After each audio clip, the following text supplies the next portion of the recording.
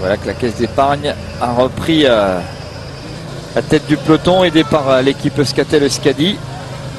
Alors la Caisse d'Épargne, elle compte dans ses rangs un coureur qui va vite aussi, mais qui ne gagne pas. C'est Rojas. C'est vrai. José Joaquim Rojas qui... Toujours placé, rarement gagnant. Il doit avoir une douzaine de places de second cette année. Mais bon, il suffit d'une première fois, ça pourrait être aujourd'hui. En tout cas, elle roule, cette équipe de la Caisse d'Épargne. Elle ne roule pas pour rien, évidemment. Il y a certainement quelque chose qui se prépare. On a vu Mathieu Perger rouler tout à l'heure.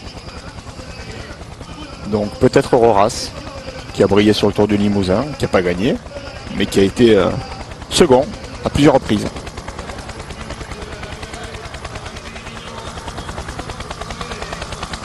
Gurvan sur la moto-son. L'écart est en train de baisser, hein. L'écart est en train de chuter, ça se retourne pas mal en plus actuellement dans le groupe de tête. Mais voilà, on peut les voir, il y a à peine 100 mètres hein, entre le groupe de tête et ça, voilà, ça se retourne encore, ça se regarde. Ouais, moi je pense que ça va se jouer du côté de Timarec tout à l'heure, messieurs. On va voir, en tout cas... Alors, si Chavanel a les jambes, c'est maintenant. J'en entends qui se disent, bah voilà, ça sert à rien de mettre un tour de plus, on va arriver au sprint. Attention, attention, peut-être que ça peut effectivement changer beaucoup de choses dans la côte de Timarec. Bah, ça sert à user davantage. Hein. Les sensations sont plus les mêmes, mais les jambes ne répondent plus. Il y a la volonté d'y aller, mais il n'y a plus toujours la fraîcheur, il n'y a plus toujours la force. Il y en a un qui se fatigue pas beaucoup, qui semble inépuisable en tout cas, c'est Laurent Mangel. Il est reparti. Bon, lui il sait de toute façon qu'au sprint il est probablement battu dans ce groupe. Le peloton est là, il a fait une longue échappée, il se sent très bien et il continue. Ouais, c'est souvent le cas avec Laurent Mangel, on le voit souvent à l'avant, souvent à l'attaque. Grand coureur qui a un gabarit impressionnant, beau coureur. Je vous l'ai dit, hein, il a gagné une étape des boucles de la Mayenne, 3e de Paris-Camembert. Il a gagné pas loin d'ici la classique Loire-Atlantique, 3e aussi du classement par points des boucles de la Mayenne pour 2010 notamment. Et puis il avait gagné une étape sur le Tour de Wallonie. Et puis c'est surtout un bon rouleur, hein. Et là il est sur une partie favorable. Il va apercevoir maintenant la côte de Timarec, c'est la dernière fois qu'il faut la gravir. C'est la montée décisive avec l'équipe Liquigas qui est lancée à ses trousses. Alors, 5 km à tenir, ce sera compliqué. Est-ce qu'un grimpeur, quelqu'un qui aime les côtes, va attaquer? Laurent Mangel va être absorbé par l'équipe Liquigas qui décidément pourrait bien travailler pour Peter Sagan qui pourrait avoir Corren comme rampe de lancement. En tout cas, gros travail de l'équipe Liquigas. Laurent Mangel, chapeau, bravo au coureur français qui a été excellent. Salut à Christophe Moreau qui a été très bon aussi. Et là, regardez, est-ce en tout cas, ça va vite, hein. Ça va pas être facile de sortir. Hein. Là, est-ce qu'un grimpeur va pouvoir sortir? C'est pas évident. C'est pas gagné. Ça va pas être simple. Et est-ce que sinon on va avoir une explication de sprinter? C'est pas sûr non plus, hein, parce que là, le tour supplémentaire, 248 km 300, regardez, il y en a quelques-uns qui, comme dirait Laurent Jalabert, ont des pattes de cuisse. Gurvan, moto-son direct. C'est impressionnant le dénouement de ce Grand Prix de Plouay 2010. Il y a des attaques qui fusent sans arrêt, vous le voyez. Et puis il faut signaler que ça y est, derrière le peloton a complètement explosé. Il est scindé en deux, voire même en 3 groupes au moment même où ce coureur de la Cervélo, on est un petit peu loin, je pense que vous allez le reconnaître. On va le laisser passer devant nous pour vous donner... Voilà, c'est le 211 qui vient de passer devant nous et qui a fait le trou, mais ouais, c'est quand même très dur. C'est quand même très dur. Davide Apollonio, le coureur italien de la Cervélo, qui est en train de... C'est pas lui qui a remporté la dernière étape du Tour du Limousin? Faut que je regarde, vite fait. Roras, il a fait 2 fois. Federigo qui est pas loin là-bas derrière. Hein. Roras, il a fait 2 fois 2e du Tour du Limousin. C'était à Limoges et à Boussac hein, cette année. Il avait fait 2e en Suisse aussi. Hein. Voilà, Apollonio, le coureur italien est à bout. Ouais, c'est ça, 248 km 300, c'est beaucoup. Et dans cette côte de Timarec, eh bien, à un moment, les jambes vous lâchent. Il y a encore quelques mètres d'avance. Ça bouge. C'est pas dit qu'on ait une affaire de sprinter aujourd'hui. Regardez comment on sort du côté. Là, je crois que c'est la Garmin Transition. C'est ça. Pierrick Federigo qui est en 3e position, là. Peut-être Ajdal ou Dan Martin. Daniel Martin qui a terminé l'année passée à la 5e position ici. Ouais, le coureur irlandais qui va très bien, le neveu de Stephen Roche. Très en forme ici. Et il vient de gagner le Tour de Pologne. Oui. Il me semble bien que j'ai aperçu Ryder Ajdal là en 3e ou 4e position là-bas. Là. Le grand, il me semble bien que c'est Ryder Ajdal. Gurvan.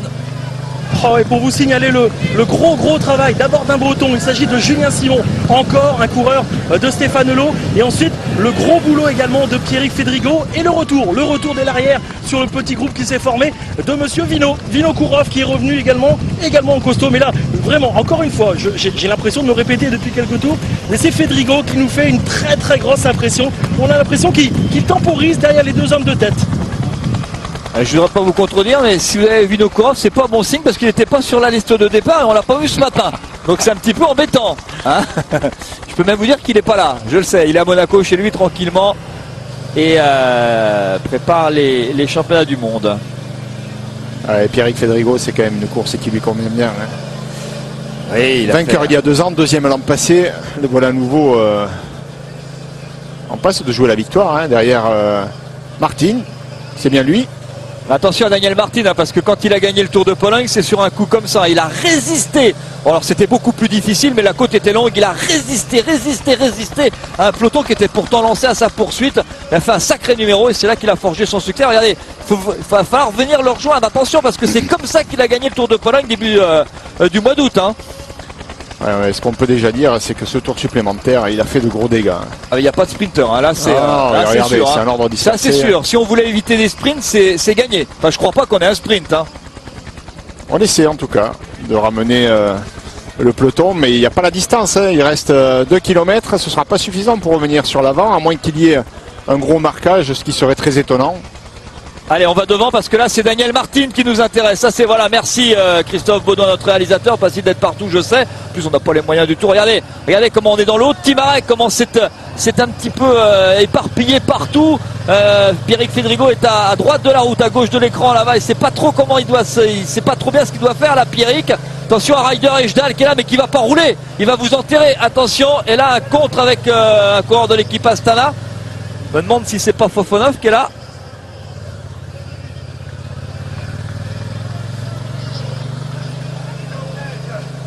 C'est Jérémy Galland ici avec ses chaussures jaunes. Qui vient de gagner lui aussi, hein, Jérémy Galland. Ouais. Hein.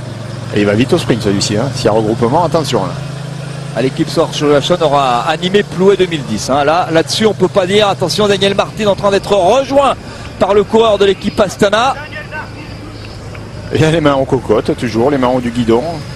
Ah, ça peut aider Daniel Martin, là, le coureur de Liquigas qui revient. Sinon, ça aurait pu temporiser, mais ça ne temporise pas.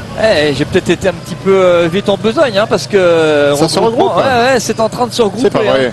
Ça se regroupe, c'est quand même assez étonnant. Hein. Et voilà, la flamme rouge pour Daniel Martin. Oh là, il est optimiste. Hein.